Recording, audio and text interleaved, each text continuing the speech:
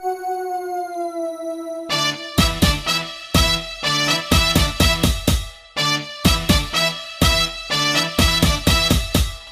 little, two little, three little fingers, four little, five little, six little fingers, seven little, eight little, nine little fingers, 10 fingers on my hand.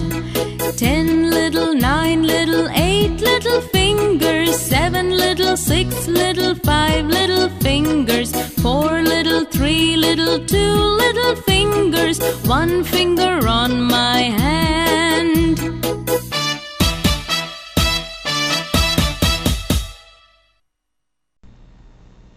Let's take a look at the right-hand rule for the force on a current-carrying wire.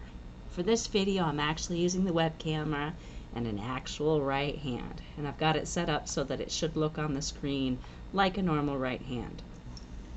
If I take my general rule, and here's a nice cartoon one so I can write things out, my thumb represents the direction of the current, so I'll move my thumb in whichever direction the current is going.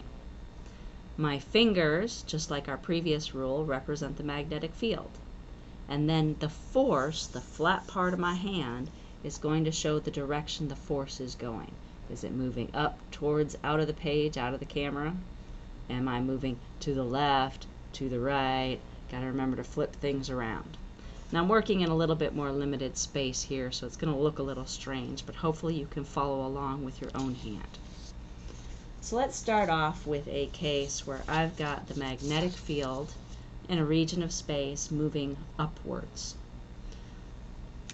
If I have a current carrying wire in that region of space, I could have it such that its current is flowing along towards the right.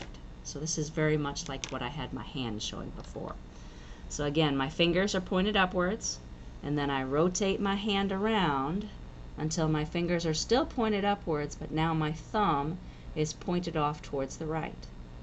In this case, what I see is my force comes up out of my palm, and so that means for this particular case, I've got a force out of the page, screen, whatever you want to refer to that as. If I had one that was moving to the left, then again my fingers have got to point upwards, and I rotate my hand until my thumb is pointing over towards the left. Palm of my hand is going to push down, and that means for this case the force would be in to the paper. Okay, let's take another look at another one. Let's say I have a magnetic field which is pointed off towards the left. And I'm going to do a couple of different currents for this one. So for example, I want a current which is pointed towards the right. Now, if I got my fingers over there, physically my thumb's not going to point all the way over in that direction. It just doesn't bend that way, even being double jointed. And so we look at this and we realize that the angle between these two particular ones, well, that's 180 degrees. And if I go back to my thinking on my formula, the sine of 180 degrees is 0. So this is no force. And again, you have to have the current trying to go across the magnetic field lines, otherwise there's no force. Okay, so let's stick with the same force over here, moving with the magnetic field to the left. And let's say I've got a current moving upwards. Fingers rotate around to be in that direction, and okay, I gotta flip it over so my thumb is going with the current. That's again a case of a force going out. Okay, it's a little hard to follow these on camera, but you keep practicing.